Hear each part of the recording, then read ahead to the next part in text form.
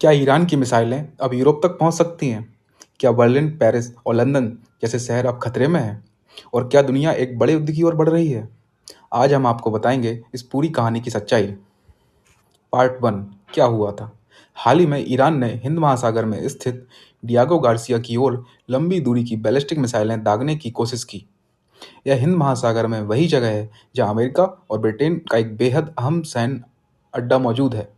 हालांकि रिपोर्ट्स के मुताबिक एक मिसाइल रास्ते में ही फेल हो गई और दूसरी को अमेरिकी युद्धपोत ने इंटरसेप्ट कर दिया। यानी हमला सफल नहीं हुआ, लेकिन सवाल कई उठ खड़े हुए। असली डर क्या है? इस घटना के बाद इजराइल डिफेंस फोर्सेस ने दावा किया है ईरान ने करीब 4000 किलोमीटर रेंज वाली मिसाइल का इस्तेमाल किया। अगर ये सच है तो इसका मतलब साफ है, यूरोप के कई शहर जैसे बर्लिन, पेरिस, रोम इन मिसाइलों की रेंज में आ सकते हैं। पहले माना जाता था कि ईरान की मिसाइलें सिर्फ 2000 किलोमीटर तक ही जा सकती हैं, लेकिन अब तस्वीर बिल्कुल बदलती हुई दिख रही है। पार्ट तीन, क्या सच में यूरोप खतरे में है? यहाँ मामला थोड़ा कॉम्प्लिकेटेड हो जाता है। ब्रिटेन के अधिकारियों का कहना है कि अभी तक ऐसा कोई ठोस सबूत नहीं है कि ईरान के पास लंदन तक मार करने वाली मिसाइलें हैं।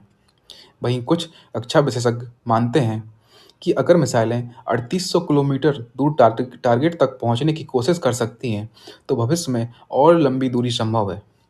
कुछ विश्लेषकों का दावा है कि ईरान 10,000 किलोमीटर तक की मिसाइल टेक्नोलॉजी पर काम कर सकता है, यानी थ्योरी में अमेरिका तक भी पहुंच संभव हो सकती है। पार्ट फोर, असली मकसद क्या है? लेकिन सबसे बड़ा सवाल, क्या ईरान सच में यूरोप पर हमला करना चाहता है?